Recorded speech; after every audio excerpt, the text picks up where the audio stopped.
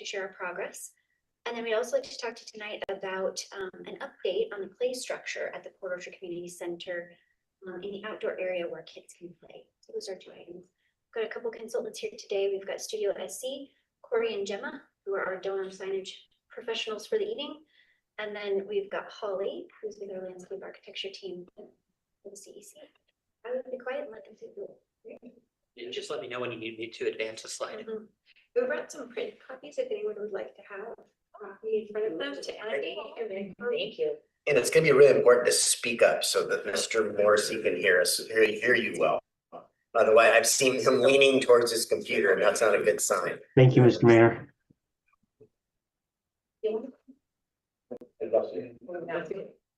Yeah, sure. I've seen it before, but refreshers never. Sure.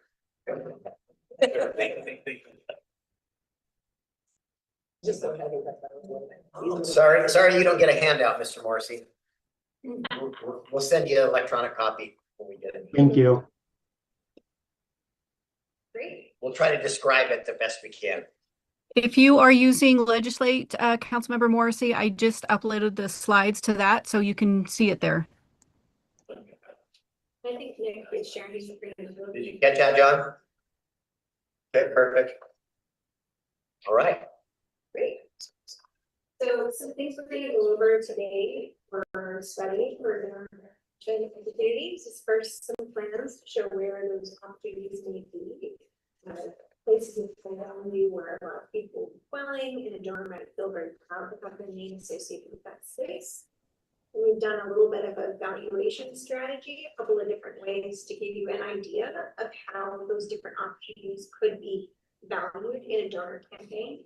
And we have some design options on how that recognition could look within the community event center. Great.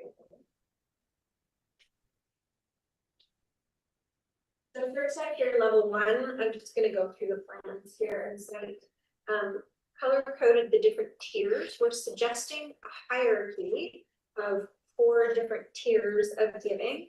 It would be based on valuation. So tier 1 would be the highest gift, tier 4 the lowest. This makes it kind of accessible to all the sorts of different people in the community who may want to participate at a level that they're comfortable. So the first space that we're identifying here is this level 5 atrium space in the event center. It's going to be a place of a lot of prominence. Everyone who enters the building is going to see that. It's going to be a place where there's events happening and it's right adjacent to feature wall artwork. So it's going to be a place that is highly prized for a donor opportunity. How big is the wall that you're thinking on? That's right here. Is it just like one great big wall? I've got some images, some renderings to show you exactly what that. So next page will show you the second level. And here we've got more on the second level. You can see the purplish area is still that double height atrium space, goes right up and there's the green represents tier 2, places we think people are going to be very proud to be associated with, where a lot of events are happening, people are gathering and spending time. And then tier 3 are smaller opportunities, small meeting rooms and phone booths where there's an opportunity for recognition, just not as prominent as the others. And then I think on the next page is site. We also looked for some opportunities on the exterior within the site that could be named opportunities. So this exterior plaza here seems like a great opportunity to make that a naming kind of moment where events might happen. We've also identified the play structure itself might be a great opportunity for someone to be associated with one of the attendees here. So this is our valuation strategy study. On the left is the table that lists every single naming opportunity in the program, what tier it's at, and what value we've assigned to it. Now, these values are assigned just based on past experience in the marketplace. They really are, up to your development team to decide what those final values are. For comparison, on the right, we've taken the project cost and split it up by square footage for each of those named opportunities, so that you can kind of see the value of the square foot cost and compare. And at the bottom here is just some information about, there's a cost associated with developing signage and a donor wall, so you get an idea of sort of how much that might be, and we'll show you those design options as well. Great. So we've got two material options that we'll show you here. These are, what we're imagining is dimensional letters that are placed in an area in each of the named spaces or at the door of the named spaces that will bring that sense of importance and recognition to the donors who participate in the campaign. So this is showing that double height atrium space or like lovely art feature wall going on. This is going to have a lot of eyeballs on it. Everybody coming into the library or coming into the event center for any reason is going to have a great view of that. And we think also when people are taking photos of the feature wall, which we think they will because it was beautiful, we'll be able to capture that there again. A subtle integration, it's not intended to be loud or overwhelm the purpose of the space, but to tastefully integrate a donor name with that opportunity. So this material option is showing a polished stainless steel material on the face, which will reflect back some light from the overhead skylight opportunity. And the next material option here is taking a bit more of a matte form approach, which is a bit more architectural of a gesture, ties in with some of the mullions and the other materials happening within the art. Do we want to take these versus giving you all this information? So these are decision points that we're kind of looking for some direction. And the first one was back a page. Do you guys want Sure, to yeah. come back to the decision points? Yeah. And go walk through the presentation, then go back to the Yeah. decision Yeah, points? Let her- Okay, Yeah. fair enough. So here's showing what those dimensional letters could look like for a tier 2 space. Those are meeting rooms, for instance. We're suggesting to position the meeting either within that first entry moment where there's clear placing at the entry, or just outside the door, so that this can be used as part of a wayfinding element too. People are going to participate in an event or gathering, they can go to the event space that's named for that donor. And then the next slide shows tier 3 opportunities. You can see these designed to be integrated with some of the wayfinding signage for the phone booths and the small meeting rooms. So again, not meant to be intrusive, it's meant to add another layer in a subtle way that still honors that donor. Is this on the glass? Is that what the name is on the glass? Yeah, it's Okay. like vinyl letters. So See this one here, yeah, it goes on the glass. In the campaign folder, it would go on the. So we're not talking blocks. We're, you know, how usually things are blocks and your name on it. Yeah. So it's mostly if we're talking letters, someone's name all in letters. Yes, yes. It gives it. could be your name if you write a check. I know, I was looking at the check. Yeah. It can be much more sympathetic to the architecture. We're not doing big heavy boxes with names and information, but rather give it a light and airy feel that's going to be very cohesive with the architecture and the experience of the place. So next up, I'm going to talk to you through a donor wall. So the purpose of a donor wall is to recognize the people who have named spaces that provides an opportunity for a tier 4 donor to be recognized in one central location. So instead of their name being tied to a small room or a place or a bench, it's simply recognized as part of a community effort to help make the community event center happen. So the donor wall would include all the donors. It is intended to kind of be a one and done. At the end of the campaign, all the names go up versus something that's kind of 2 over time. So there's that option if that was of interest. So I'll lead you through 2 different options here so you can kind of see what the opportunities are. First off, we started, sorry, you want to go back? Thanks. we started with the concept, like what is the story? We don't want to create something just for the sole fact of having names on it. We want everything that's in the building to add something to the story and help enhance the story of the place. So the concept we've been working with for this particular donor wall is stories of our shores. So really celebrating the shores, the walk, uncovering subtle wonders hidden beneath the waves amongst the rocks, really celebrating that ecosystem that is as rich and interconnected as the community that the donors support. So pulled some image references here, just local, regional look and feel, and we've translated that into 2 different design opportunities. So the first one here we're suggesting is a rock wall feature art that would use real rocks from our shores, driftwood, and would be all placed together into one cohesive art piece, would be located within the entry vestibule of the community event center.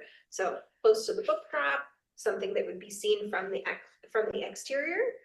You could look in and see it through the vestibule, and you pass right past it as you're entering through.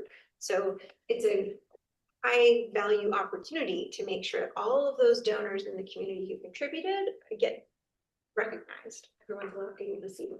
So are you saying they get recognized twice? So they buy a name that's put someplace else, but then they also automatically go on this?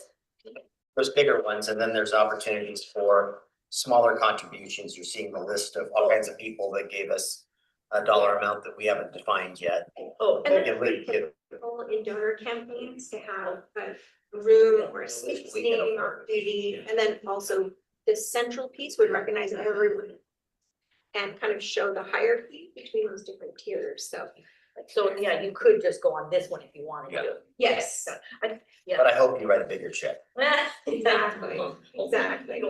Yeah, this is what opens up that opportunity for a tier 4. We don't have an infinite number of rooms, but certainly within a central donor recognition piece that is, adds beauty to the space, tells the story of the community and the region, has value to just being included in that. So it provides, I think we've calculated 300 plus name opportunities to be located here in a tier 4, a much more accessible level of giving that, is obviously determined by the development team what that threshold is, but Mr. Mayor, Yes, sir. Go ahead. I don't know if Ms. Wallace is there, but I'm getting reports that other people online cannot hear you guys. I can now hear you, but the attendees apparently cannot hear you. So just if you could pass that along. Yeah, I got that notification also.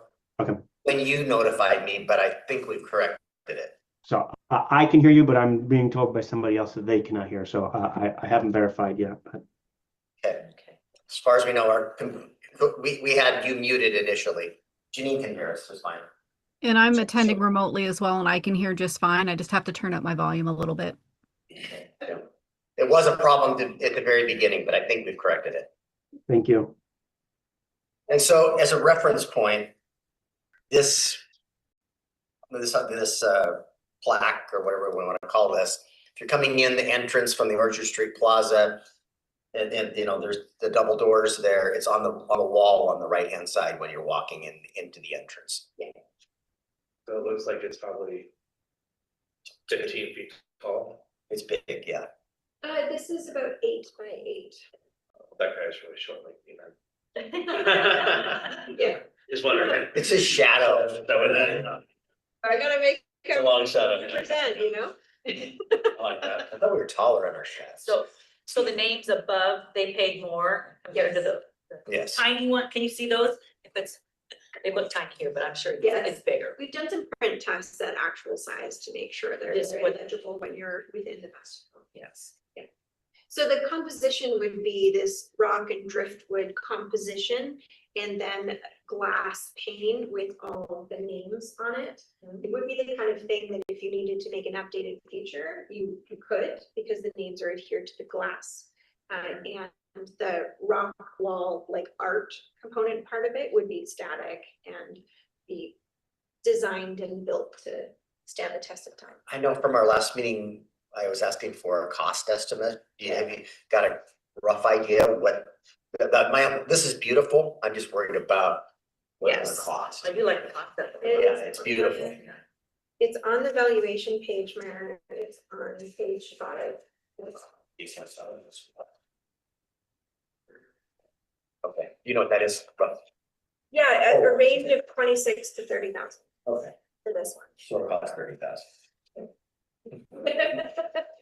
Can I give you a safe range here? If you wanna go back to that page, I've got one more on the rock wall, just after it. So I wanted to point out the shape that's in here. Where this separates the different kinds of rock actually has a pretty deep meaning to it. So on the next page, we've got a bit of a study, show our thinking with that. We actually looked at the dynamic shoreline of the area and to see from an aerial perspective, was there some interesting line work or shapes that we could use so that it's not, sort of subjective, it has a reason for it. So we took some, found some aerial photos of Port Orchard, low tide. And you can see some of the shapes and forms that appear with the sediment in St. Clair Inlet. And we've taken those and kind of done a design study and illustration here that gives us the forms that would be part of that rock wall. So everything in there kind of has a meaning. It connects back to Port Orchard and the natural environment. Great. Are these two different pictures though? This one compared to that one, they're not the same, right? These are just examples. Well, this, the one that goes, curls around. Yeah, so this is a material reference image of something that exists in real life, done by someone else or another project.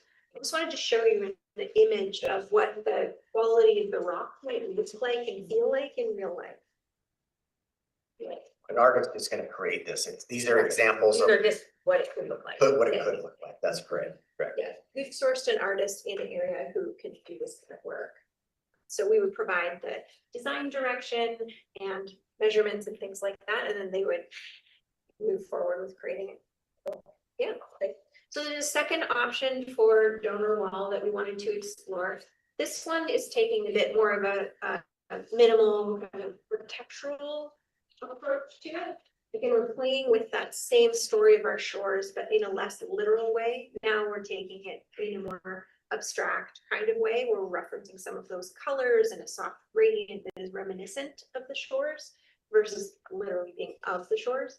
These would be glass tiles that could have the names engraved on the front and the artwork pattern, the gradient here would be on the back side of that. So this is the thing that can take up the entire expanse of that wall. We will be integrated from an architectural perspective and have a lot of flexibility.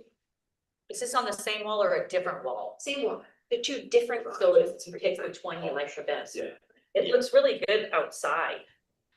That Yeah. type of a. Again, these are material references of a different project, just so you can see the quality of the materials that we would want to use if we take this approach. Is this one cheaper? Like that one was 30,000, what was this? Actually, not so much. Oh. I had originally thought that the rock wall piece, being an artisan piece, would be of a higher value, but we verified with two different builders in the local area who take on this kind of work, and it's not the case. So the donor recognition wall for the rock wall was 26 to 30. For the glass tile, they're estimating 56 to 65. So this, The opposite of what I thought. how much? 50 to, 50,000? 65. yeah. Page 5 shows you that. Can you get more names on this one or it's about the same? They can accommodate both the same. I like the rock. This one would give you the flexibility to add people even after the installation, right? That's more than price tags. The other one would too. I mean, the glass panel, it would be on metal standoffs. You can remove the panel and replace the print that's on the back side of it and then put it on. So you could extend the campaign into the future if you wanted to and just decide, okay, maybe twice a year, we're gonna add another layer of naming donors that have come on board. Okay, so it is a vinyl sheet on option 1. That would be my suggestion, is to do vinyl on the back side of the glass so that no one can pick at it. It won't have any wear or maintenance issues. But it is the kind of thing that you could remove and put a new clear vinyl on the back to update the names. And when you're updating the names on that, the rock is not gonna take away the artwork, right? You're just doing it on that big square. Just- Correct. Yeah, we don't wanna take away the artwork to add more names.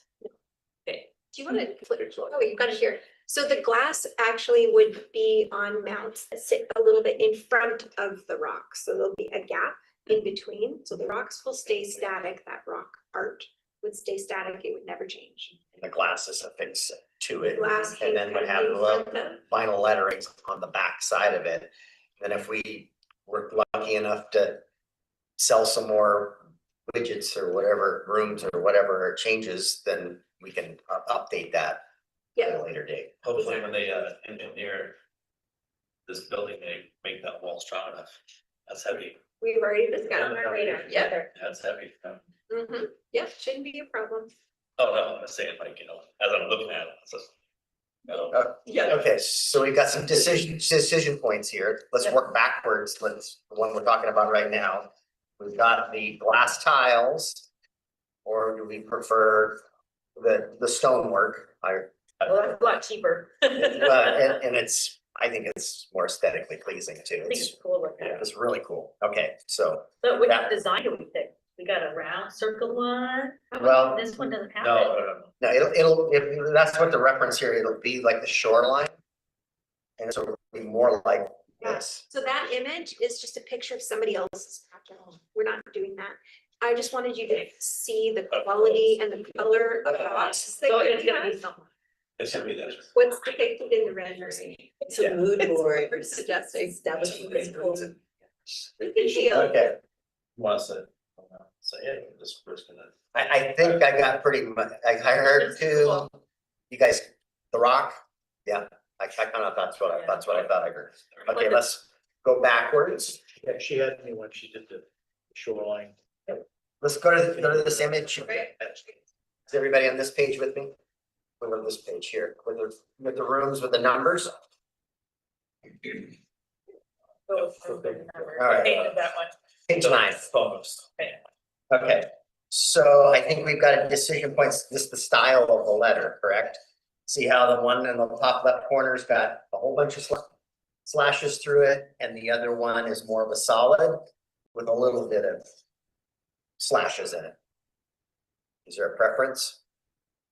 So I think that's a little different. So I think the big numbers, the number 20, 21, and 10, those are for wayfinding. This is helping to identify the different rooms. Correct. I think It's the- just the style of the letter, or the number, excuse me, is different. Or is there a decision point here or not? No, not on those. That's- Okay. that's not what wayfinding. I think for the donor element, it's more about the names directly below those numbers. This is how we're treating the level. Looks the same to me. Yeah, the level 3 they should all be the same. Okay, so there's no decision point on this page, other than Public Works on the bottom left corner. These plaques, when we talked about this, we're concerned about them weathering, being vinyl vandalized and having, so I would advocate not to have naming opportunity out here in the outdoors where things can be stolen, vandalized, or be subjected to the weather. I mean, on the bench or anywhere. And for, other than the big sculpture piece, I think it's problematic to have, they work on, like, the Rotary Club does those benches where it's mounted within the bench type stuff and it's part of it, on the pathway. But I think this would be problematic to have placards on there, and Eric buys a placard for Aunt Susie, and Aunt Susie's placard gets stolen and you gotta replace it. And because they paid for that, it's at his house and now we get to replace that. So are you guys comfortable with not, I think that's an opportunity we should probably pass on unless there's strong objections to that. And you're talking even on the wall, even the wall, like nothing, like this. Building is, there's gonna be an opportunity on the building. I'm referring to things in the landscaping Yeah, I that I think like that. it's probably problematic. Okay, I've seen where people do bricks. Those are really cool. We have those up here at City Hall, but yeah, you walk right over them every time you come in. We're still for sale. There's quite a few open. Okay, but there is a decision point we've got between the black, so I've got back at page 7 versus page 6, you've got the silver letters or the black letters. The first option is a stainless steel on its base. We'll be able to pick up some light reflection, like you can see in this material reference image down here, and reflect some of the light back.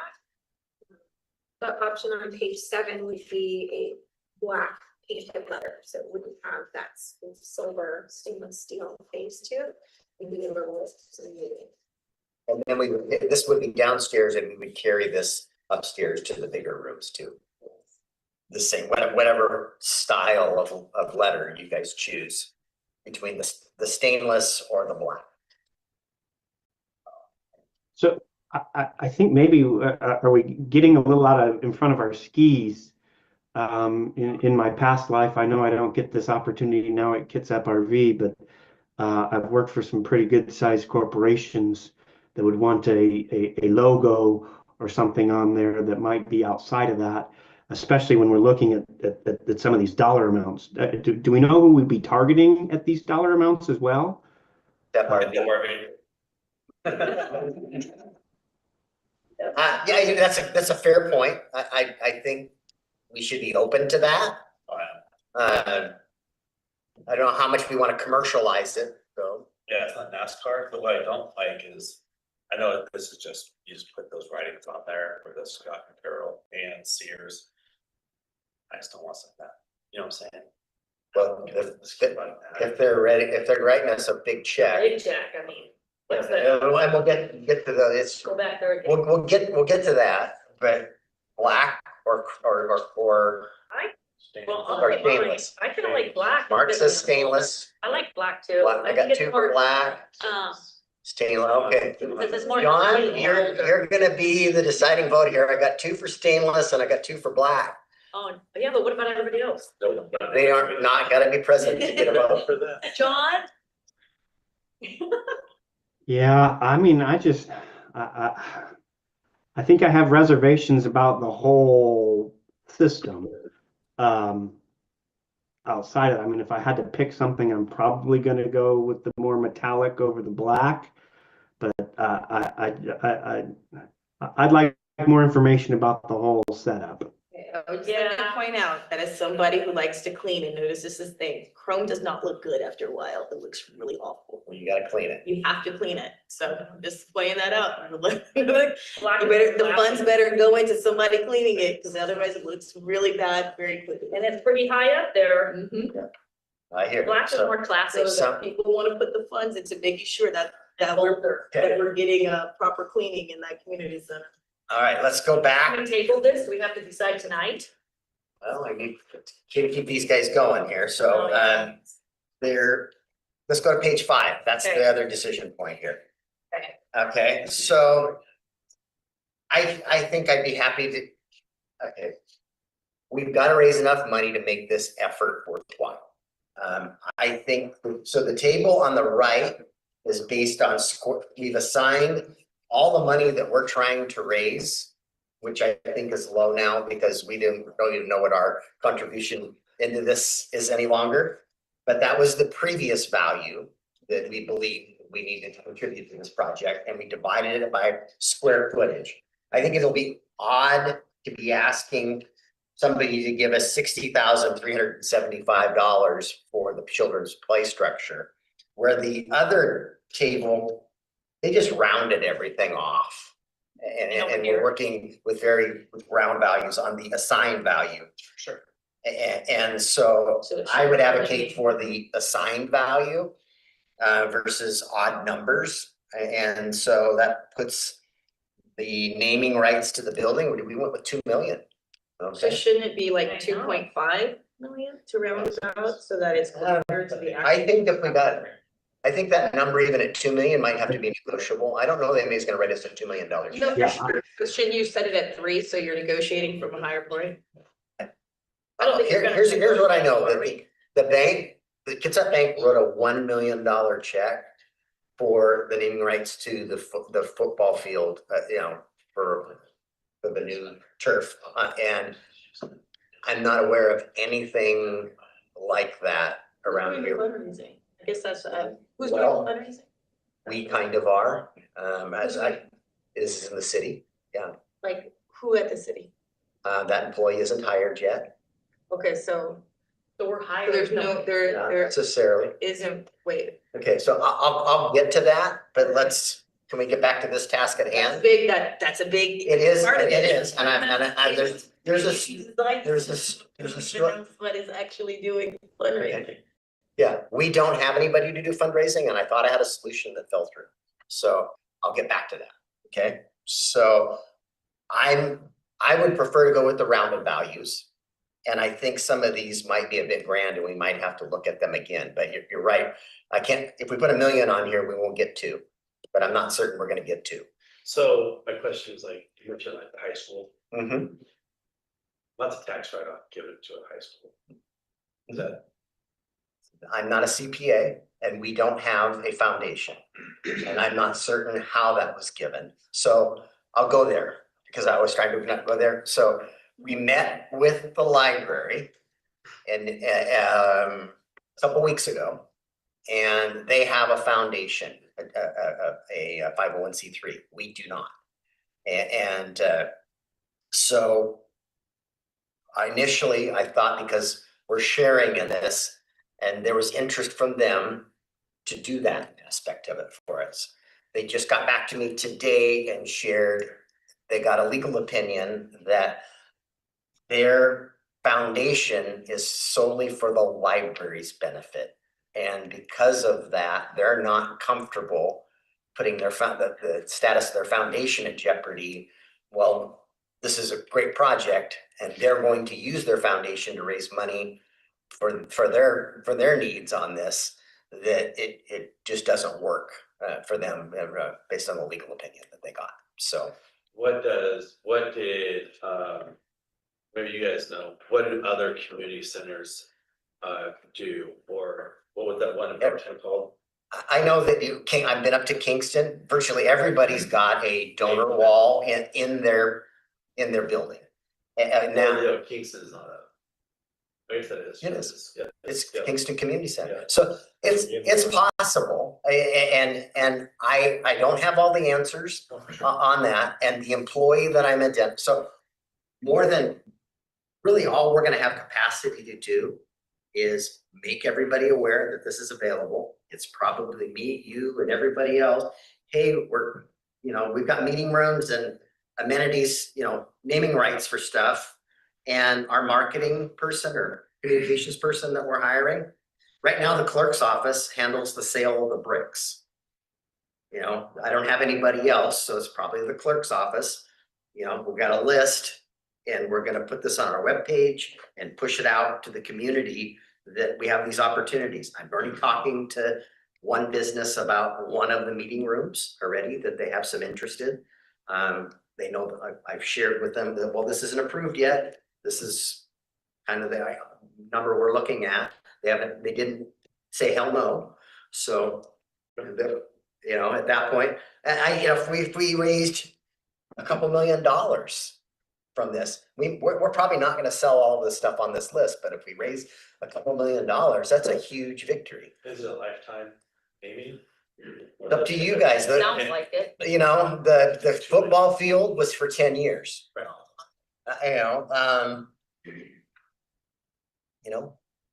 That's up for discussion.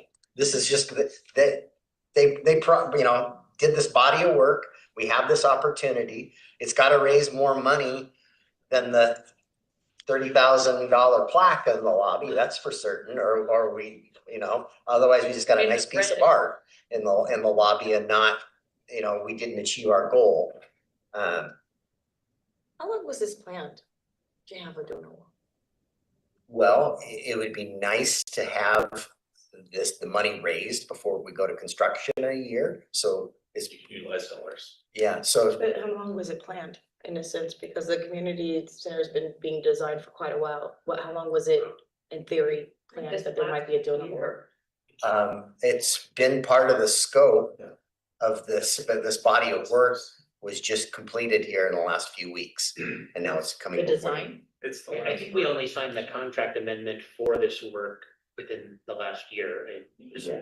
No, we did. Maybe. No, we voted on that. Yeah. Yeah, Like, But I the don't think it was always there. No, So that was That's not pretty what much it's what she it's said. like, it's the design Go for forward. Zonal. And these, are these values that you placed on here, are they in line with recent community centers So throughout the Puget Sound, greater Puget Sound region? for our design team, we kind of can only take it so far. We've put in assigned values based on our experience from other donor campaigns and things that we've seen. I think it's gonna require this person who's not part of the team yet, who is that development specialist, to really get to know the community here and who may be interested in participating as a donor. That's gonna help a lot to determine what. and that person is not gonna have that expertise. They're being hired from some, and they're really a communications person. This is gonna be other duties as assigned, you know, and it's, but we're gonna need to market it. And make sure the community is aware of the opportunity. And our biggest, you know, somewhere in this list is the smaller, here we go. $5,000 and $1,000 donors on the, you know, the smaller list. You know, we're probably gonna have more of those than obviously than we are opportunities to name, you know, rooms at $40,000 and $50,000. But if we get half of our rooms named, then it's, you know, a few $100,000 that, you know, we're not having to borrow in debt service. What's the least amount of, your name? Is it, So, well, it's 125? proposed at $1,000. See the left if we go to the assigned value, which I'm recommending, we go to the assigned value, the round numbers. Look at the bottom, tier 4, you've Yeah. got the larger name at 5,000 and the smaller name at 1,000. So to get your name on the wall in that, on that piece of artwork, when you walk in the entrance, it's gonna cost you a minimum of $1,000. oh, wow. So not even like a family could, because I know those squares down there, that doesn't cost that much, those are, We don't make, we shouldn't sell those for what we sell them for, because we never raised the price. It Right. costs us what we're Yeah. selling them for, and that, if we're doing this just to cover our cost on putting letters on rooms, we shouldn't do it. okay, but then you come over here, you can go to a small room and get paid $125 for your name? Per square foot. Per square 125 foot. Per square foot. Uh-huh, So the formula is how big is the room, how many square feet it is, times 125 equals the unit. okay. So you can go, I mean, So- some people don't have $1,000, but they want their name on there. Well, you're not gonna get your name on a room for that. Well, no, maybe not a room, but you can go to something smaller, Yeah, the there's phone some booth, or can't you go to a small Oh. meeting room? The phone booth is $12,000. Actually, it's $48,000 in the value. Wow, For kind of expensive for just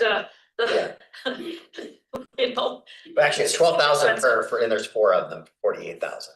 So, yeah, you're not gonna get your name on, the least expensive option is the $1,000 option to be on, in the entryway on that list. okay, well. I hope we get lots of people, that's still, So a it, lot. That's a lot to me. Right now, with those dollar amounts, obviously, as we said, haven't been set. This is an example. Set is set. yeah, but if we're not raising a significant amount of money, we shouldn't be doing this at all. I would concur with that statement, Mayor.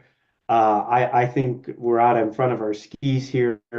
I think we need to have a good, solid grasp on what our corporate sponsors may be interested in before we can move forward with any other naming rights, because you're going to get a lion's share. I mean, if I'm looking and doing my best guess with my time and my philanthropic endeavors here in this county, we're probably looking at a best case scenario, raising $1 million, absolute best case scenario. I don't disagree with you at all. And that's over probably the next 5-year period on top of that. So I'm just throwing that out there. I think we should know where our corporate sponsors come in first to see if there's enough appetite to even move forward with this in any way, shape, or form. That's my 2 cents. Are you comfortable? I'd like to hone in on the assigned value, which are round numbers versus these odd numbers over on in the right column, which are based on square footage of rooms and objects. I'm happy to go out and chat with some people. Maybe you want to do the same and you guys, I mean, you've got the information here and test the water a little bit and see what you got. I'm in conversations with one business, because I had a conversation the day we had this meeting. Oh, by the way, what do you think about this? And they, like I said, they didn't say hell no, but you know, they haven't written me a check yet either. I think you test the waters, right? I mean, you can put any number you want on there, but unless somebody's willing to pay for it, Yeah. it doesn't matter what the number is to me. Well, and I look at it too, it's a community center. It's for the people that come. And I feel like you don't even have a place where you have a lower number for someone to be able to put their name on there. You know? Have you been to the King City Community Center? It was done very similar to this. That's what happened when we Yeah, were. but we're different. Kingston, I don't know. That's just my 2 cents. Yeah, if we lower the values too much, Well, you then can do we different won't raise ones. enough money to make this endeavor worthwhile, and then we shouldn't do it. Same, yeah, I think you could do it big in the corporate and see, but where's the community come in? Where does the families, where do other people come in on this?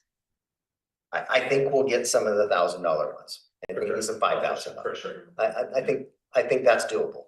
Yeah. And if we make it too small, then we're gonna end up with a bigger piece of things, something we've got to do to put all the names on it. And then we end up spending more money than we've raised. And it's really about raising money to help us build the community center. That's the purpose of this. But I thought maybe you're gonna do some on the brick outside. No, The there's no problem, plan. the problem with doing that is you have to have it pre-sold before you do the construction. Mhm. You're not removing those, you'll grind them out and put a name into them.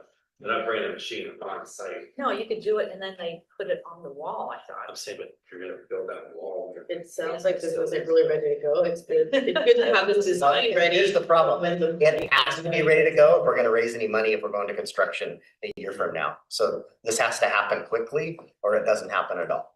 And so I'm willing to go out and have some conversations, and I encourage you guys to do the same. But we need to either do this or not do this because we're going to construction in a year.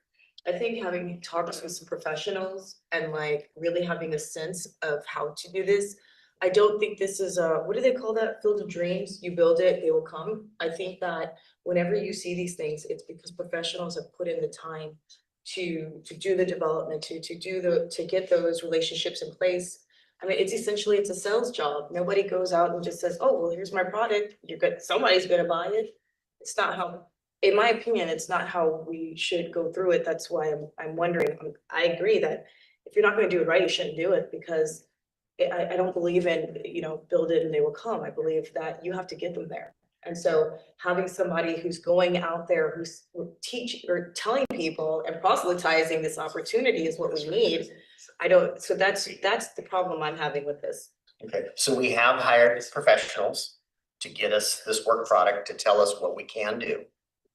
I'm not recommending that we hire a salesperson to go out and sell this, and that's probably, the library has a paid staff person that's all they do is raise money for their foundation. And that isn't my recommendation at all.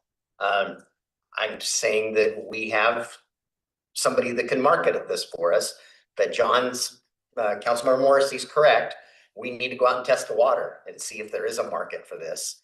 And then maybe we'll bring this back next month to have some more conversation about it, whether we do it or we don't do it. I think too, with talking with the council, talking to the people, hey, would you be interested? How much would you pay to put your name on that? That's talking to the people. I hear And so you. I think that. But your idea of lowering that dollar No, amount I'll say- it will be counterproductive. I'll say no, would you pay $1,000, put your name on there. I hope some You people know, will. like bring this in for coffee with the council Certainly. and see what the people think of it too. Certainly, okay. To add to the conversation about development person, one thing that we've seen clients do in other projects is hire a development person on contract, particularly to raise funds for a particular program. They don't end up being a full-time staff member that's integrated, they're contracted to help with it. The 6-month contract or a year contract? They're probably getting a percentage of the sale. It's a sales, Oh, it's commission based. well, I think commission to get that. So that's, if you want us to explore that. Is that an idea you're interested in, is a commission based? You have any folks that you work with in that realm? You do? I do. And you want you work with them on that? Okay, all right, we'll explore that. Yeah, there was one comment from Councilman Morrissey that I wanted to just mention about corporate sponsors. I think just in our experience, sometimes we find our clients start with those conversations and then that corporate sponsor wants a giant logo or a mural wall with their product on it and a whole bunch of different things that could reduce the cohesiveness of the Yes. space of the True. community event center. So by going design first, we're kind of defining what those opportunities could look like. And I think in your chats, I would start there. This is what it would look like. Our next deliverable to you is to show each and every one of those room opportunities with a placeholder name so that you could take that single page out and say, Perfect. this is what that could look like. This is what your name could look like here, and kind of try and stick to that. Add in other stuff as you need to in order to get the deal done, but start from a place of like, no, the look is set. So last, I just need some closure. Are we comfortable using the rounded assigned values for a starting point? We're starting point. Eric, Mark, you comfortable with the assigned values? Yeah. Chart? Okay. We're Things that brainstorming You're not over gonna break somebody down. I mean, you're not gonna break somebody up. That's why, to me, having a sign, if it was between 3 million and 2, even if somebody gets you down to 1, it's better to have the 2.5, saying, we think this is valued at 2.5, and then let incoming way down. That is my opinion in doing negotiations. Okay. Um, Appreciate your opinion. I hate to say that I do not like that Zebra. No, I don't like the zebra either. Zebra's driving me nuts. I want to stop looking. It's driving me nuts. I don't say it, sure. Can't handle the zebra. But I think that was just there. Yeah, it's. All right, so can we move on to the sculpture? Oh, our Kraken? Yeah.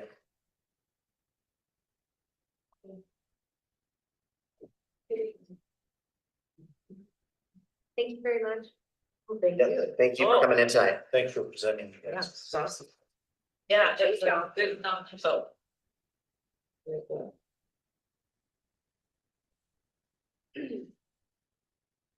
Kraken.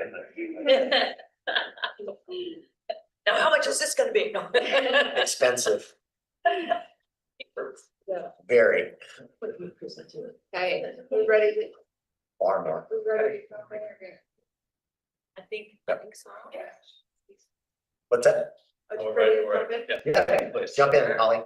Okay, so we've been looking at, you see the location, the circle in orange. So we've been looking at a location for some sort of feature element. It's been referred to today as play structure. But looking at something that, And I'll share, this is the first time I'm sharing it. The library's a little bit nervous from a liability standpoint, having a play structure. I am going to Okay. address this. Yep, that's why I mentioned right now, we've been referring to it as a play structure. I'm actually gonna speak to, I think that it should be more of a sculpture. And I'll kind of explain why and what that looks like. But just to give context of kind of where we're talking, behind the event center, between the event center and the waterfront along the trail there.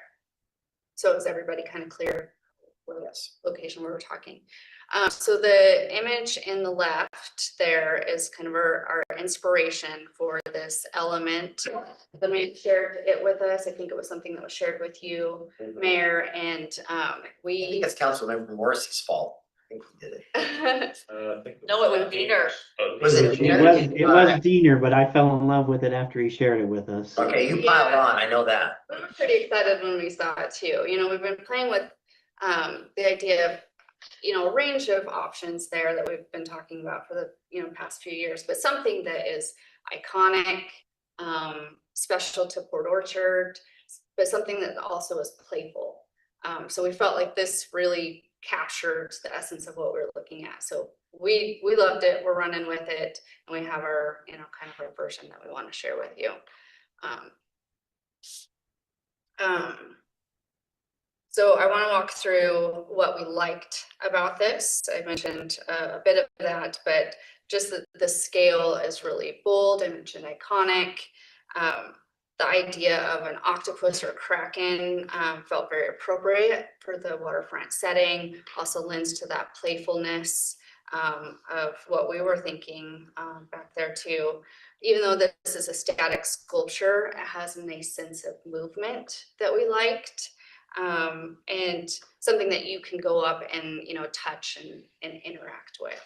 So those are the things that we felt like really nailed the vision for this piece. Looking at it a little bit closer, it does look like it's AI generated. And there's just some kind of design considerations that we need to work through that I gave hint to at the beginning of this conversation. The wood is beautiful. But probably it's going to be a maintenance nightmare, especially to keep it in this marine environment and keeping it looking like you see here. So we've explored some other materials. And then also, I don't know if you can see well from this viewpoint, but it shows kids climbing on it, up in the eye of it. We're not going to be able to do something like that without providing kind of designing it to the playground play structure requirements that would require fall zone, fall surfacing, you know, play surfacing, that sort of thing. So those are some of the things that you know, that we think might be a little problematic with this, and then also just as shown, very expensive. So, but I think that we've tackled all those with the concept. So we can look at the next slide here. So this is what, it is a high level concept, just to get your guys' feedback at this point. But this is our version that we think is, you know, somewhat, well, affordable, based on the original version, constructible and durable. Is it iron, not iron, but steel or something like Yeah, that? so we're looking at you know, a metal, you know, That's the word. a cast metal material for this. It provides the same bold scale of the inspiration, that movement, that tactile feature of it. You can go up and touch it. You can also, even though it doesn't have the height of the original concept, you can still go, you know, showing, giving hint to kids, like sitting on it, running through it, running under the tentacles. So that sense of playfulness. And actually the same scale, what we've done is taken that one large piece of sculpture and dropped it into the ground. So it gives that kind of same sense of scale, but a lot less material, easier to construct. And then also giving views through it. So it gives a sense of safety, both day and night. But you can't climb on it. So that's the whole concept, not to climb on it. Yeah, we want to actually discourage climbing on it to a certain point. In the left, you can see, you know, kids sitting on it, you know, so kind of the lower tentacles. Yeah, I'd love to hear it. What about putting, when you go into Bremerton and they have like the water features? What about putting that in a water feature? Splash pad? No. No, it's the water. It's like the water, you know, that's the circles. It's in there, it's a couple feet deep. So here's the challenges to that, because Bremerton's fountain wasn't intended to be something that the kids got in, But they're gonna. and they do. And just like we did, we spent $1 million on a treatment system for the water, because kids get in it and do things they're not supposed to. So it's a great idea, and that was the concept at Bremerton and their fountains and the splash pad underneath. We just have to, if we're gonna do this, then it's gonna turn into something the kids play into, and we're gonna have to add a treatment system to the water, because they, Yeah. so. Yeah, you probably have a It's an awesome reason idea, it's just to- expensive, it's really expensive. Very, very cool idea. That's a good, Yeah. I think the water feature is cool, but it's gonna, especially no, creature. But, To have the freaking coming out of the water. I mean, it's- I know. But what about But those we could make the tentacles? surface look like water. Oh, for sure. Yeah, and that's kind of what we've given hint here. We haven't figured out, the surfacing for this. What we're, alluding to here is maybe a combination of concrete, and then the blue is a material, a pavement material that you could maybe put, blue glass or speckles in it to give that sense of water, but not water. Right, Yeah. well, those tentacles look like kids can climb on those. So it's gonna be, what we have proposed here is metal, and so as, if we wanna move forward with something like this, as we refine the design, we're gonna be really mindful that they actually can't climb up too high. And so, we'll have to test that a little bit with the design, but like, I'd like to point out, again, the tentacle on the left is lower, so they can sit on it, no different than a bench, that you could sit or stand on, but it doesn't have to meet the requirements of a play structure. Right. Which makes the design a little bit difficult, and it does, not opposed to a play structure here, but that's a very different look than the inspiration image and what we see here. And our insurance company and our attorney are probably gonna ask that we put a sign on it that says, please don't climb. Yeah. And that way, when they do, and they're going to. Oh, yeah, they're gonna. Those letters, you can put that really nice, shit, that little thing. And maybe with the tentacles, you could have more seating area for kids. I only see like, Well, it's right outside the children's area of the library. There's a whole alcove there. Yeah, plenty of seating surrounding. And activity. I mean, on the crack in them, you want people to. You've got the Sit on little that. curved wall there on the left. Got that, and there's other areas within that Well, I alcove mean, on area. the, yeah, but I mean on the crack it. You know, What about that squishy material? That nice squishy material we see? Yeah, so we could do that. So that's the play surfacing that I'm referring to. We'd have to scale this down a bit, because we're gonna need a 6-foot fall zone.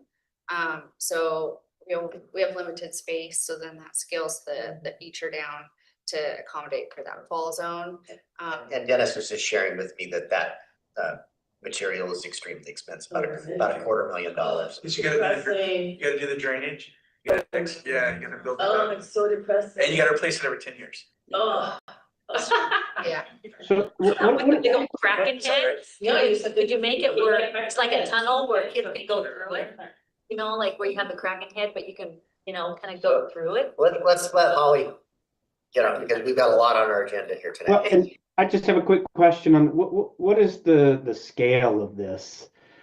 Because I know the idea here was an iconic, picturesque, something that puts Port Orchard on the map here. And I know the inspiration, looks distinctly larger than the Sculpture Vision does right now. What are we looking at? What are we planning for scale on this? So it's completely scalable, so we can make it, kind of size it up and size it down as we want within, budget and One, that's getting- strength, so that's in the space. Yes, thank you, in the. Yeah, we've constraint got a of that limited amount of space. space. So I think Well, that's my question is what in this space, when this vision, I can see what this looks like, but what is the scale of that? So, for example, the head itself is probably at, 8 feet tall or so. The tentacles maybe up to 15 feet. And then, sprinkled around the head. I don't know the scale of the space off the top of my head. But I think it's probably, like 20 by 20. Looks a little bit bigger than that, this drawing, but it's, Yeah. Only by. The pathway is 12 feet per scale. Yeah, that thing's monstrous, right? and so I would say that the alcove is similar in depth and a little longer. So it's probably, she could be right, 20, no more than 25 feet in length and about 12 feet wide. Yeah, and we are already limited to that space because we've got other things within the site in that area that we need to achieve through, lead requirements, that sort of thing. So that's why I warn, if we turn it into a play structure, this item, this feature is gonna shrink even more to provide for that fall zone. And the library had concerns about it being a play structure. Yeah, so we're really maximizing the space with these pieces of, the head and the tentacles. So did you capture that, John? By making it a sculpture, we can make it bigger. If we Yep. go down to it, if we make it a play structure, we gotta make it smaller because of fall protection and other elements to it. Yeah, I don't care if it's a play structure or not. I just want to make sure it still has its Yeah. gravitas, right? That it catches your eye. And we don't have any idea of cost. But, Oh, maybe. We've asked around, it's, this is as far as we've taken the design, so I don't want anybody to hold me to this until we've had a chance to design it out further, but I think we're looking probably give or take 500,000. Yeah, and it depends on how we scale it and how we construct it, but with this concept, we're feeling like we're about that. Morrissey told me he was all in for a number much larger than that. I did. I thought it was iconic enough that this is game changing for our community for a long time. But we'll assure you, we're gonna maximize the space, Yeah. but we've got constraints. Oh, yeah. Reach out to the hockey team about fundraising. Well, that was the first thing that came to mind to me is On my list. Me as well, and I've got contacts, so. okay. Well, we can, within the space, we can scale it up and we can be, even more creative with the materials too. So if we have, if we have a bigger budget, we can take it to a next level of design too. I go to the hockey, put the little plaque donated by the Kraken team. Okay, are we comfortable? You got more, Holly? So I've got just some kind of details about Okay. this. Just to give some thought and get some feedback. So next slide. So these are examples of a cast metal sculpture, just to give kind of a sense. So the three on the left images, just to kind of give a sense of quality and creativity that we can do with shaping the metal. And that's why I mentioned, we showed you kind of a simplified version of that. If we do have a little more design flexibility, we can get, really detailed with this. This also helps being mindful of it being less climbable too. So we can look at, some texture, but not something that you can really, sink your feet and hands into. On the top right, I just want to point out, so that's a real octopus, but an inspiration to us as far as texture, and then the color too. So with some uplighting at night, we could play with giving it a sense of kind of sparkle and color change to the metal. And then the next slide. Because they do change colors. And then another design detail that we were thinking about was, we've got a little bit of canvas on the head there. And just playing around with ideas how we can make this even more customized to Port Orchard and the location that it's at. One idea is the maps on the right there that you see. We can incorporate a map of Port Orchard, the inlet. Actually, I was inspired by the donor wall that I just saw. You could repeat that pattern, the topography of the Sinclair Inlet. That could be something that could be reiterated inside and outside. That's recognizable. Even they have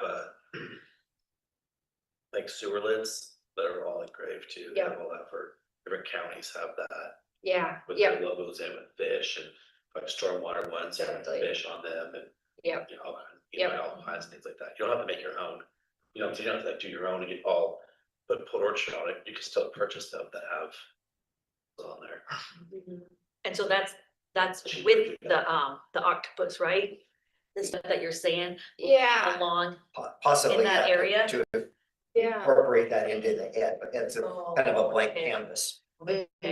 fundraising, the Kraken. Well, yeah, and that's, based on the conversation that, heard earlier, that could actually be, our donor. It could be, that could be an opportunity to engrave something Right. into Yeah. the naming part of it. Oh, yeah. Yeah. So lots of flexibility, and just the opportunity there with the head kind of gives us some, like I said, kind of a canvas to work with there. And then just talking about different materials, the eye could be glass or something really cool. Yeah. Like a popcorn. Yeah. Next slide. Gotta make it vandal proof as possible. Yes, yep.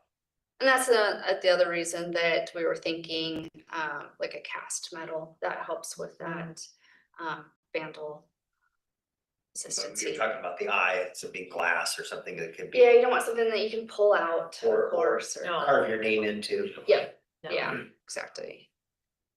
If this is something that the council wants to move forward with, we have talked initially with a team of artists and fabricators. One, just to kind of give a test to our vision to make sure that it is, constructible, somewhat, cost effective, and then just giving kind of that detail that we're hoping to have with this piece. This is a team that we started talking with that has a lot of experience with doing this sort of thing. They're local, which is great. And so, we can hit the ground running if we want to go to the next steps with this. And then the next slide is just for us to kind of sit and look at this, and then I'd love to hear your guys' thoughts, questions. So I'd like them to go. I have one question. So the contract and the scope within that contract that we have does not probably cover us taking the next, if this is the direction we want to go, we're gonna need to negotiate a fee and a scope for that body of work. Is that, am I Yeah. reading the room right? Yes, Okay. yeah, and we, are happy to help facilitate that, move that design forward. And be that kind of the vision keeper for it. I think also including that a team that can help us with the design of the metal casting pieces and guidance on the fabrication is what I think we'd want to do next steps. How much lead time would you need on? I was gonna ask that.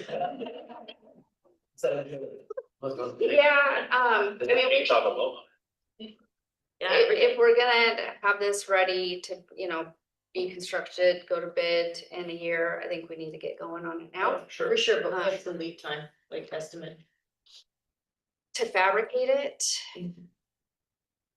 it's And close probably close the contract. What's your thoughts on that? to close the contract 'Cause with, you said these people are ready.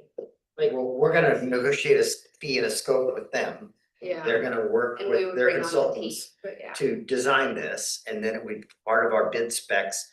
The community center this is the last thing that's probably. That's what I'm saying, that's why I'm Yeah. asking for lead time, since the thing would have to be built first. It'll That's why I was- probably a year and a half to build the community center, so I don't think there's gonna be any problem of them delivering. What would be the lead time from the time that you would actually have to start building?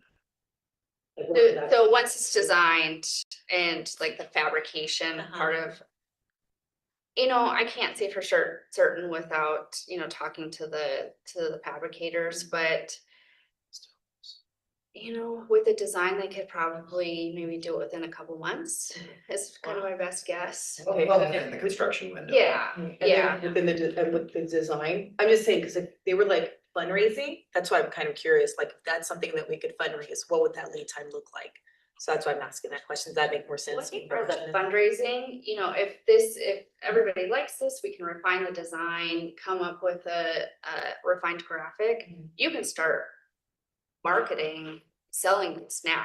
You know, we gave you the tool, the inspiration, and you can go out there, you know, with additional information, scale, cost, you know, taking this to kind of the next level of imagery.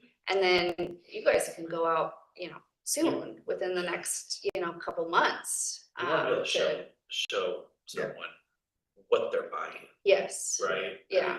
Yeah, we need a cool picture. right, Yeah, we're Yeah. refine what we're gonna go with. yeah.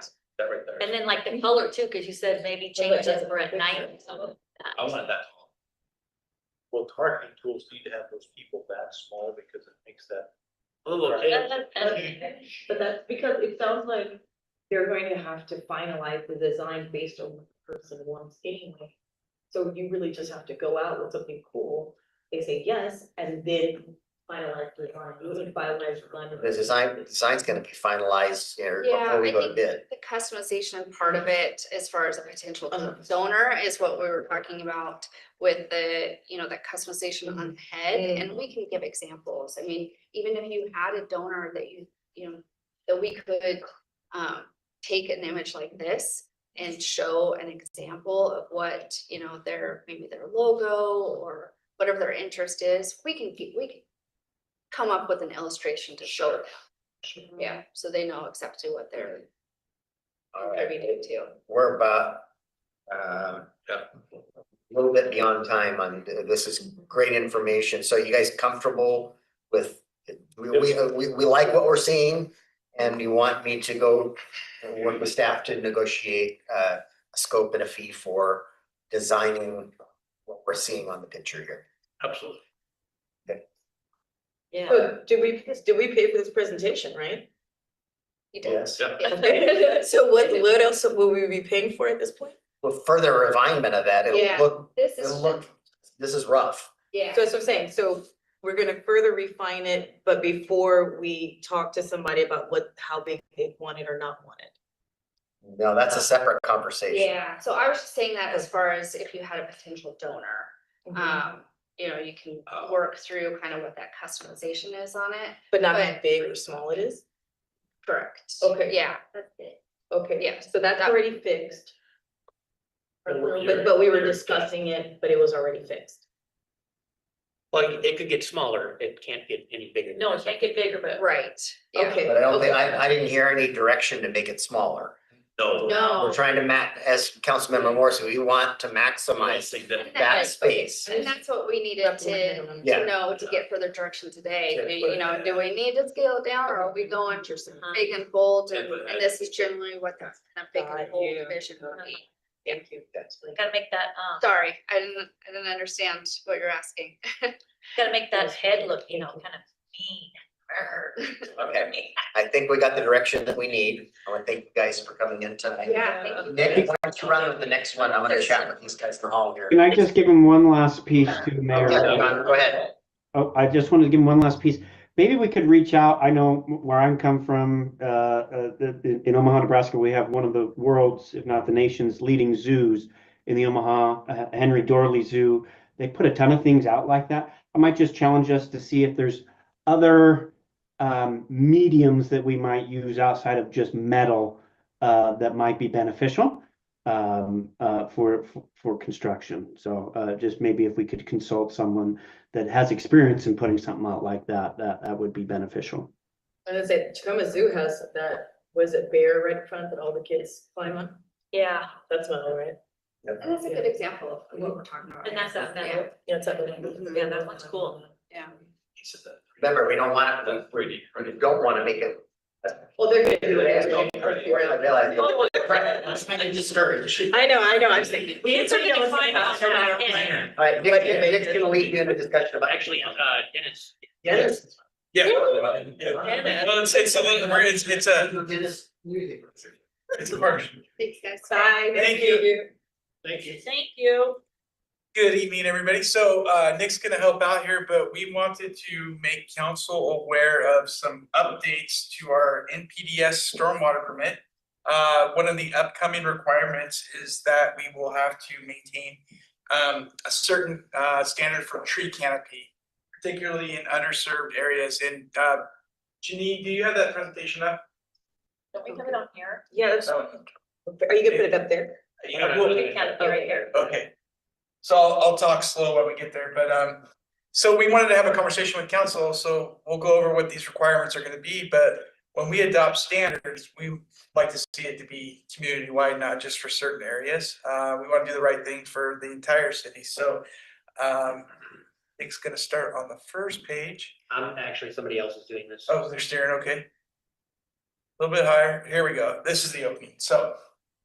Just a quick overview of the bullet points, we need to adopt and implement a tree canopy goal policies to support stormwater management.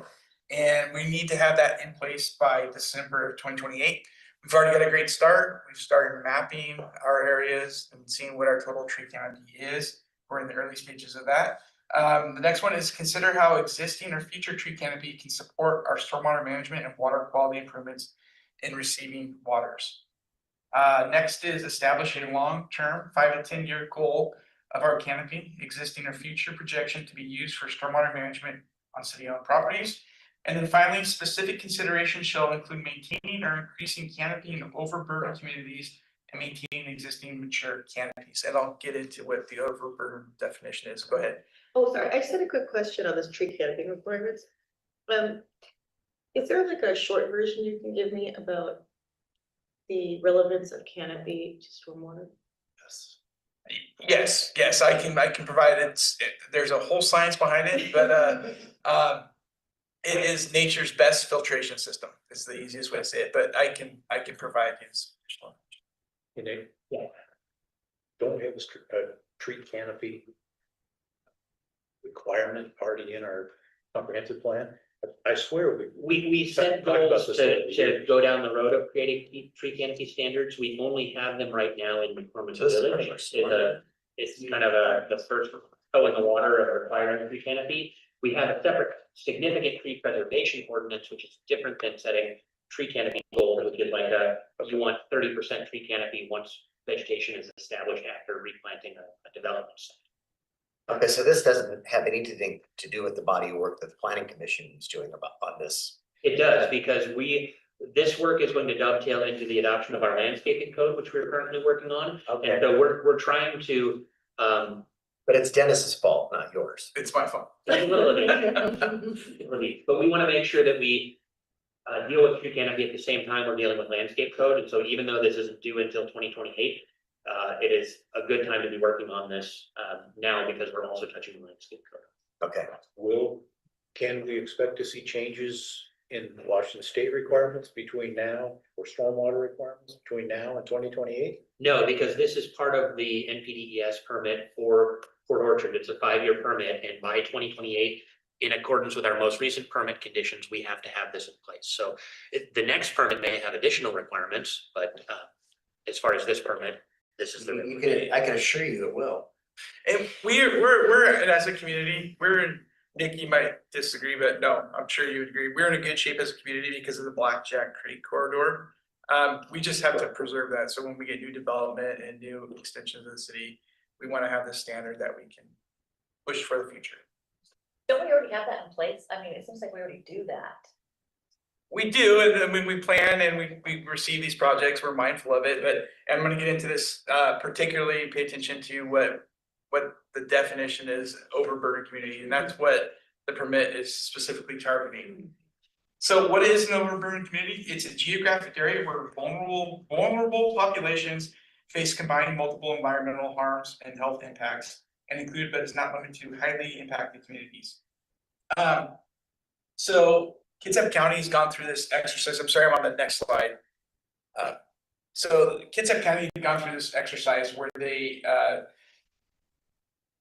many communities do this, but the definition and how they identify is that they, it's a data-driven analysis of demographic, socioeconomic, and environmental factors to identify what the overburdened communities throughout the region are, including the city of Port Orchard. Their report provides clear guidance, mapping, and engagement strategies that align with the state requirements, making it the most practical and locally relevant framework for our city. So this is the standard that the entire county uses. So Overburdened in what capacity?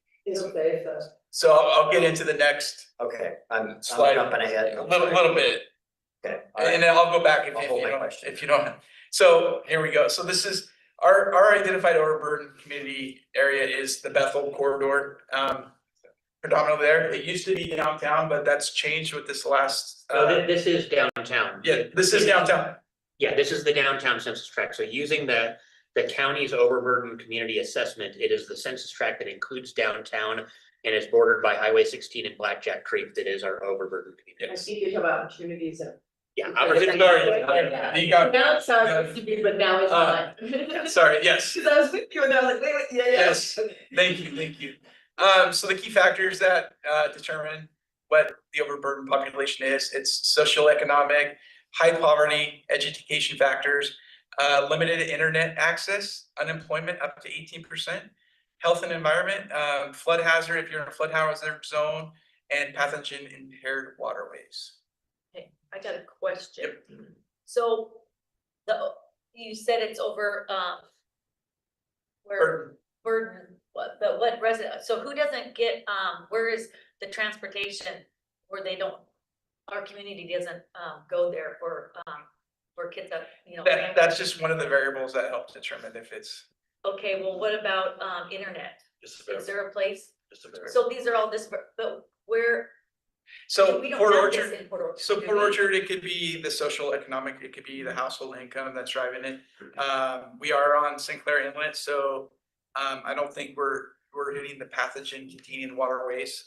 No, there's a There- TMDL, I believe, for There's- right. Sinclair Inlet, and then there's coastal flooding, and so that's presumably the flood hazard is mainly coastal.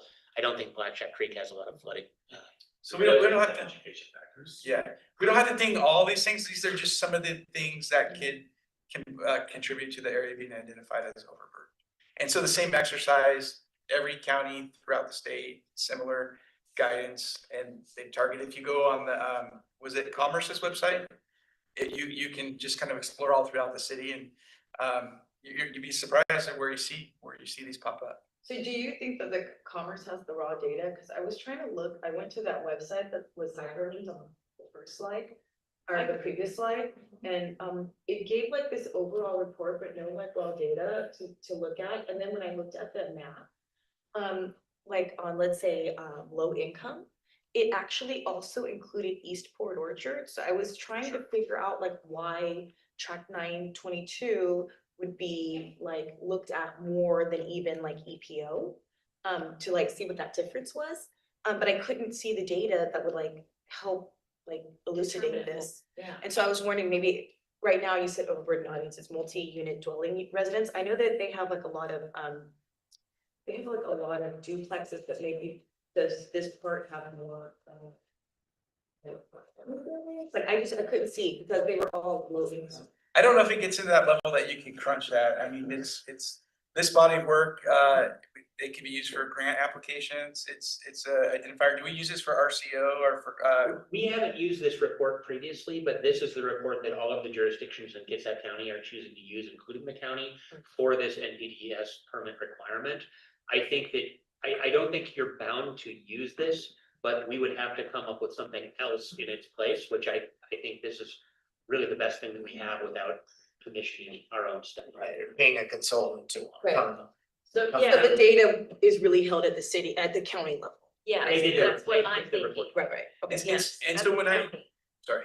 Oh, no, yeah. Well, so we'll be applying for a Department of Commerce loan for the water intertie when we intertie the two systems. And one of the questions is, how does this project benefit underburdened communities? And we have this body. Oh, of work, yeah, right there. And this is, it's that standard data that everybody's been. Okay, thanks for explaining that. Thank you. It Nick's the expert. I'm just I just for the trees. I know, you pulled it together. I was wondering about the East Orchard census tract because it does have a lower income overall than this census tract. And so if there's something in the report that it's shown in one map and not the other, we should reach out and just verify that this is the only one that's considered overburdened per the report. And then that other census tract fell out for some reason.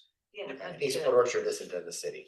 It's in county. No, the Bethel corridor census tract that is in Okay. the opportunity zone, Mhm. that has a lower income, and you'll see that when we get to the opportunity zone discussion, which was why I was surprised that it wasn't one of the overburdened census tracts. Exactly. Yeah. Exactly. So we're at the last page now. And so just the goals for tonight, just give it a second here. Okay, so we wanted to set long-term goals for the city, the entire city and our city-owned property. So we don't want to be in silos. We want to plan for the future tree canopies where it's standard for everything. We want to integrate stormwater management, use existing and future canopy to reduce runoff and improve water quality. And then lastly, prioritize equity, maintain and enhance the canopy in our local communities. And I will provide additional information on the benefits of tree canopies and stormwater. So, You will or you are. I will. I can talk for it. so for our city-owned properties, and we want the overhang, canopies, that means we have to keep so many trees. Correct. What about, McCormick Woods, man, that was like wiped out. Hey, it's called woods. What do you want? Trails. Trails. Well, I was thinking, man, that's And not. village, canopy and out John lives in there. the meadow. Yeah. So they are planting trees, and if you drive around McCormick Woods Drive, the loop, most of those trees are now 25 and 30 years old because they planted those at the time they cleared it. So McCormick Woods had a lot of that same clearing, and now that the trees are more mature and you have some canopy, people feel like it's always been that way, but trees grow slowly, and McCormick West is going to be the same way. They're planting a ton of trees as they're developing these areas, and in 25 years, you're not going to recognize it compared to today in terms of canopy. Okay. In land use, we just did a swap between not building basically huge parks, make more pocket parks versus the huge parks, Mhm. kind of made that negotiation with the developer. Oh, yeah, there's a development agreement that we're negotiating where we're asking for some enhancements to tree canopy in the older part of Woods. There's a few areas that didn't get planted very well where we're hoping they can add some trees. And they're also we're adding, we're proposing that there's going to be 2 trees planted per lot or maybe it's 1 tree per lot plus the street trees throughout the remaining phases of McCormick Woods, which is more than what they're currently required to do. So Yeah, so there's things out there that is, Right, When this right. program gets put in place, are we going to be date forward from the date of implementation, or are we gonna have to roll back? it'll be going forward, so we'll adopt a standard for new development that says that new development shall have landscape plans that at maturity provide a target for canopy, 30%. But the landscape architect can identify if you plant a Douglas fir in this location, how big is that after a certain number of years, rather than how big is it on day one, and you just have to be patient while We don't need to go back, concern ourselves with going back on city-owned properties. We do, so that they do want us to make enhancements to city-owned property. So where we have right of way, where there's opportunities for planting trees, whether it's in a landscape strip or water quality device. Yeah, there's all kinds of opportunities for us to add trees, and so Our I think they stormwater want us to part, have a plan to plant those trees, and maybe it's 50 trees a year or something that we're trying to plant, but But you can still wipe it out, but I was asking you and you say, no, we gotta keep some of those Well, trees. if you develop something and you remove trees, you have to not only replace those trees, but you have to add additional trees. where I came from, it was like 2 for 1, depending on the caliper of the tree. So if you took down a significant tree, you're offsetting the impact. but we are using our stormwater park as helping us meet this standard for the new permit. In the city of Port Orchard, it says any tree with a diameter of 18 to 22 inches has to be replaced at a half a tree per tree removed. Anything above that must be replaced one per one. Anything below that, I don't remember. Have you had experience with that? Maybe. So I mean, it gets pretty, I don't wanna say the word crazy, but I mean, some agencies are 6-inch caliper, multiple trees. Which 6-inch caliper is not a significant tree. An alder could be in 6-inch caliper for years. 2 years. Yeah. Oh, yeah, those just grow. And then, overburdened communities, which is what's the overburdened community that we have in our city? This map right here. That area meets the standard in Kitsap County as an So overburden. Blackjack Creek Is it? Yeah. to the highway. Yeah, the east side is Blackjack Creek, the west side is Highway 16, and then it kind of cuts around Ross Point, down towards the west.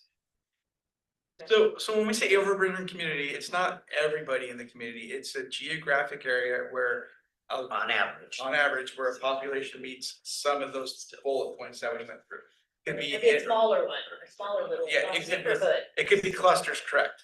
But the maps, if you look at all the areas throughout the state, they're not isolated. I didn't see any isolated tiny like block square radiuses. They're usually a pretty. It's by census tract, so By census either the tract. census tract has enough people who meet those criteria that it is considered overburdened, or it doesn't, in which case it's not considered overburdened, even though there might be a pocket of that census tract that is overburdened. But it's by census tract, and those are that's the reporting area for our data And collection. we got that map in here, because I feel like I've seen it. Yeah, it's in the back. Are we ready to move on to opportunity zones? Oh, you didn't go into presentation? That was it. It was Okay, I very wasn't quick. sure. I don't know why we were living on another page. All right, and could whoever's sharing the packet, please go to the map on the next page. So the city was just notified that the Department of Commerce is soliciting proposals for opportunity zones. And this is the Opportunity Zones 2.0 program, which came out of the One Big Beautiful Bill that was recently passed. In the previous Tax Cuts and Jobs Act in 2017, the Opportunity Zone was created, and that was a program that actually had pretty broad bipartisan support.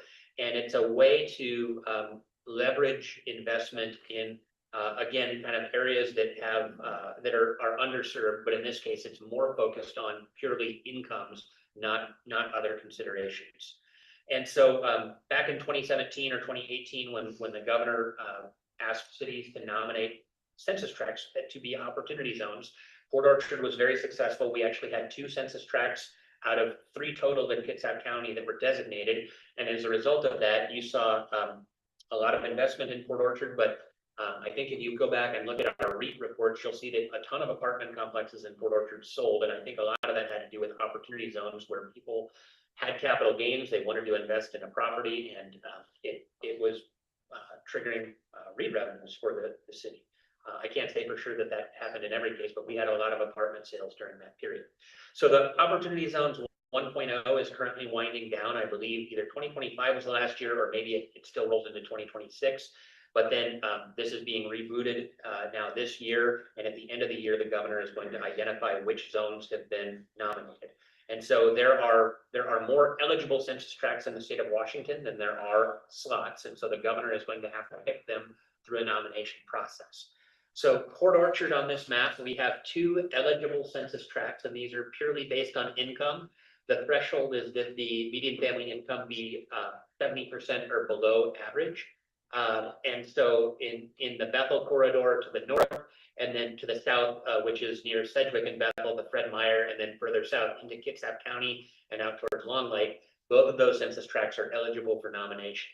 I think that previously our downtown census tract was an opportunity zone, and it is no longer eligible because the income has risen, but also the criteria changed. It used to be an 80% threshold. They lowered it to 70 so that the money is flowing into those areas that most need investment according to the federal policy. How many slots are there, Nick? It's on the Department of Commerce website. I think it's fewer than 100. And there's a percentage that are rural and there's a percentage that are urban. Ours would be rural, and so we're competing with nearly everything in Eastern Washington. I think once you're out in like Benton County, like there are half the county or even whole counties that are one census tract because the population is so low. There's also tribal considerations. I believe the tribes are going to get a certain number of spots. One of the interesting things about the southernmost slot here is that Fort Madison Enterprises. Fort Madison Enterprises just bought 40 acres in Port Orchard. And they'll And apply. so that may be eligible where if we talk to the tribe, we could say, hey, would you write a letter of support for this because your property is within this area and this could bring investment to your property. That may take a tribal slot rather than a rural slot. But in any event, we have to make a decision pretty quickly here. The applications open March 11th. They close April 10th, so we have 30 days to put together an application. Last time we got 11 or 12 different letters of support that accompanied our application, and it took a couple weeks for my department to put together the application to the Department of Commerce. So if we want to proceed, we should pick one or both of these to seek, and then we can get started on an application. With 281 cities in the state and counties, then all the counties. We hit a home, we'll be lucky to get one, I think. We hit a home run last time with this, but I think there were more slots available getting two. There was. Bremerton only had one, and they had 5 eligible. We did an excellent job on our application on this. So what do you mean, but Why would we not yeah, what are you asking? apply? for Well, I think there's an opportunity, I mean, I just wrote it down here, for me to reach out to Ryan over at Fort Medicine Enterprises and say, hey, are you guys considering applying? Because they're gonna get their own separate allocation. So we want them to apply for the one south, and then we apply for the one to the north. And then hope that's how we get our two. And both census tracts cross over into the unincorporated county, so presumably the county commissioners would be supportive of this request as well, although I don't know if Bremerton or other areas in the county are also going to be asking them for that support. They'll write a letter for everybody. I think the, So what do you want? What do you? I want you to say, Nick, go forward and prepare an application. Yeah, Wait, I gotta, What's our cost? Is there a fee for it, Nick? staff time. It's just staff time. It's just staff time because, I think we had 3 last time in our county, right? Both two in Port Orchard and 1 in Bremerton.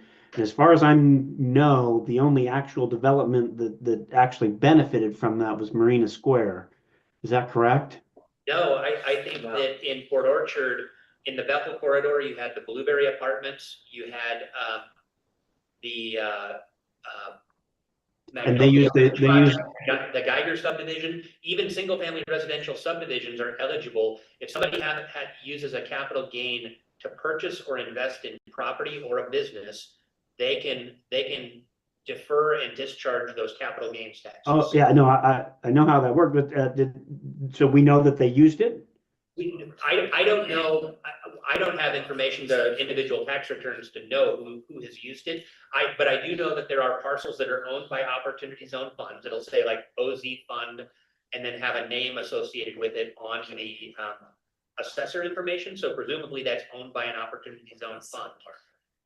But yeah, I don't know how many there are. I can just tell you, we've had a whole lot of development and investment in Port Orchard, and it just so happens that we had a lot of Opportunity Zones as well. question for you. Okay, because about the only other thing I have concern about is, again, we always talk about our capacity. I want to make sure that we're getting a benefit as a community for it if we're going to be absorbing our limited capacity there to begin with. Yeah, and we did see activity to it, and even another project is the Starbucks on Sedgwick and the adjoining apartment project is still in permitting. So that was also an Opportunity Zone. And I would add that Home Depot, the Home Depot site is within this area, and so they keep asking us for Incentives. incentives, and so I think renewing the Opportunity Zone potentially is going to help that store get built. But I would say that the way the law is set up, so first of all, opportunity zones are now permanent in the tax code. And so every 10 years, we're going to have a request for opportunity zones to be designated. If this area, if we have a bunch of development and the median family income goes up, these may not be eligible the next time around when we have new census data. So this may be the last bite at the apple, because if it works, that investment is supposed to raise the income levels for the census tract. I got a question for you. These opportunity zones, are these all in our city limits? Cause it sounds like it's on No. in the county. It's, So- we don't control, this federal government establishes the census tract, Yeah. okay? So of those 2 census tracts that you're seeing right there, Uh-huh. is it half and half, Nick? It's probably a, It's probably more than half of the northern tract and probably 30% of the southern tract. that is within the city. Okay, But it's a large, it's, almost all of it is in our urban growth area. yeah. Now, and then when we say this, does that mean we're saying yes to more apartments within No, our it's, city? it's saying yes to making capital available for whatever investment occurs, whether it's investing in a business or investing in the development of property, and it can be anything. We don't say what it is, in terms of development. It could be single family subdivisions. Other than Nick's time to apply for this application, it's a tax benefit for investment. Mhm. It is provided by the federal government. Bring in businesses. Yeah, businesses, and Yeah, I think those our things. city doesn't need more apartments. I like single family homes or, Okay, you know. so the question at hand, would you, just trying to manage it. Yep. Nick, you guys comfortable with Nick applying for the opportunity zones? We've got to get letters of support. And I'm seeing John's thumbs up, so I'm gonna move us on to the next item. Okay, so we don't apply for one or both? Both. I'm hopeful that if we can get the tribe to support or apply for that other census, if they're gonna apply for it, we'll let them do it. Boy. Explain to me, I don't believe we'll get 2 on our own. I don't, so if we apply for both and the tribe gets that, or So, benefit, here- we may be. here's, I'm gonna play devil's advocate here. The lower tract is where the tribe has property. Right. It's only 30% in the city. Okay, if we apply for both and they pick the lower one, because they're only gonna give us 1, shouldn't we apply for the one that's more than 60% in the city versus 30% in the city? So, wait, is it down here or up there? Either of the yellow. Okay, well, Yeah, I guess I can see that. You want the This one we have 60% of this is in the city, 60%. 30% of that one I see that reason. is in the city. Okay, So, and this one's only a small portion in the city. And the tribes are, I'll confirm, but they should be applying for this tract. And his tribal interests get some of these. Get their own, yeah. Get their own. Can't. Yeah. So if we apply both of them, they apply for this one too, that one's gonna get picked. And we want this one picked over that. that's, That would be our first choice. 'cause West it's Sound, 60% of the long city. thing here, so there's a lot. We all did. Yeah, I'm with you. Did you catch that, John? I was pointing at a map, I couldn't see it. Oh, So yeah. just from what I'm reading about opportunity zones. Benefit mainly to that one, that be for existing properties, or are there a lot of space, there's a lot of space for new properties? There's a lot of vacant land in both. Yeah, they could be existing too. Yeah, It you- could be it could be the sale of an existing Yes. building, it qualifies for this too. Yeah. All right, I'm gonna try to move us on here. All right, the last topic is the locations and the dates for our town hall meetings. And John raised a question, we selected all the dates, and the disadvantage right now is we don't have, if we're gonna move dates, we don't have 2 people here right now. That makes me nervous, but, we don't have their We kind of calendars. put them down already. We did, but John raised a question about not having them all on Thursday evenings. And so we said we would revisit this, Oh, let me just set the first one. okay? Yeah. Do we wanna pick- If we're doing quarterly, right? Wait. are you Yeah, sure? so Is there- I hear where you're going. Sure? We have 2 other people going. Well, we've already say set these dates. Cause we've already set these dates, and Eric's got a good point here. Let's just pick the locations for these quarters. And then we may move some of the outer dates, and so we'll be married to this first date probably, because it's April 2nd is the first one. June 4th and September 3rd were the others, and then we'll, at a future council meeting or retreat, we will revisit those outline dates, but we've got to get a location and get going on facility. So we talked about McCormick Woods. We talked about here around City Hall downtown, probably could do it in City Hall. And the third one, probably out on Bethel corridor, and I haven't talked to the church I have in mind out that way. Where do we want to go first? So I'm gonna start with April 2nd first, especially with your last comment about it being a church. That is Easter weekend, and for some of us, that starts Thursday night. And spring break. Okay, well, I didn't pick the necessarily, No, we all picked the dates, so, Yeah, yeah. I'm just looking at that, telling you, number one, no church is probably going to be available on. Okay, so let's stay away from that, from the church then. You'd have to start recording first. And Okay. two, I won't be there depending on what time it is, unless it starts early enough. If April is a week later, would that Yeah, I work? think the 9th, because you're right, that's spring break, that first week in April, right? Mhm. I'd say the 9th, because then it's not Easter So now- weekend. But now we've got 2 council members not here. So we can revisit, let's try to get a framework here, what we're gonna Just say- do. let's We'll say revisit the that. ninth, and then you can call those 2 council members Okay, and just verify. I like to use McCormick. I like to use Gather downtown. Yeah. Right down the hill here. okay, And then I'd like to use, we could use like a church in town or something like that. The reason why I don't wanna use here is because people aren't coming here, you know, and I think it's important to bring us to them. And a kind of a comfort level, and I think it might actually bring down some tension too. okay. You know, I think you might get some people here that show up often, you know, and that you might bring other people here that might lighten the mood. So where are we gonna go first? I just McCormick. McCormick. Is there consensus around that? So moving it to April 9th and being at McCormick. Yeah. Okay, So so I, when we book things, are we gonna have Brandy call and book them? yeah, Or how, I don't know, I mean, how, or, yeah, or Brandy or myself, she's got the credit card, not me. yeah, I mean, either way, right? So Yeah. just make sure who's. Yeah, I just gotta confirm with the other 2 guys first, Yeah. that the 9th works for them. Then we'll call out to McCormick and make sure the facility's available. Okay, and then go to Gathered. I'll check with Sam and make sure it's available on the 4th.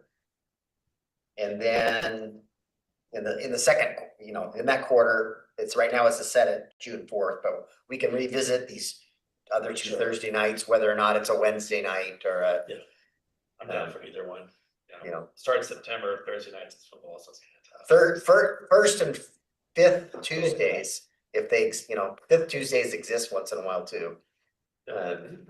So, and then I've got a church in mind.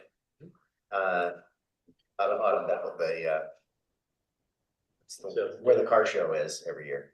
Oh, is it? Christian Life. It's in Cedar. Oh, yes. Yeah. Yeah. I don't know, I think it's on the wrong side of the street. It is, but It's right there on the edge of the city. Okay, so that's the framework. I got some homework. I gotta on the go. East side, east side of the city. That's kind of what I'm referring to, Bethel corridor. Yeah, so. Yes, I think that's about as far out as we can get. We get farther out, we don't really have much in the way of No, that's a residents. great location. You get all the high school, that side. Yeah, and we've got some new apartments not too far from there. Yep. Okay, got anything to add, Mr. Morrissey? No, unless we want to talk about what that night looks like, but we got another meeting before that, if that's. Yeah, I'd like to have the other 2 guys in the room as we do that conversation, but I've got enough to work with here, get us, and then we'll add it to the discussion item next week if there's time. Okay, anything for the good of the order tonight? Something for the good of the order. Just because I was reading and I want to point this out, that the concern about opportunity zones is that for people who are struggling paying their property tax, that property values can go up just from people buying and selling. And not actually putting real investment into this community.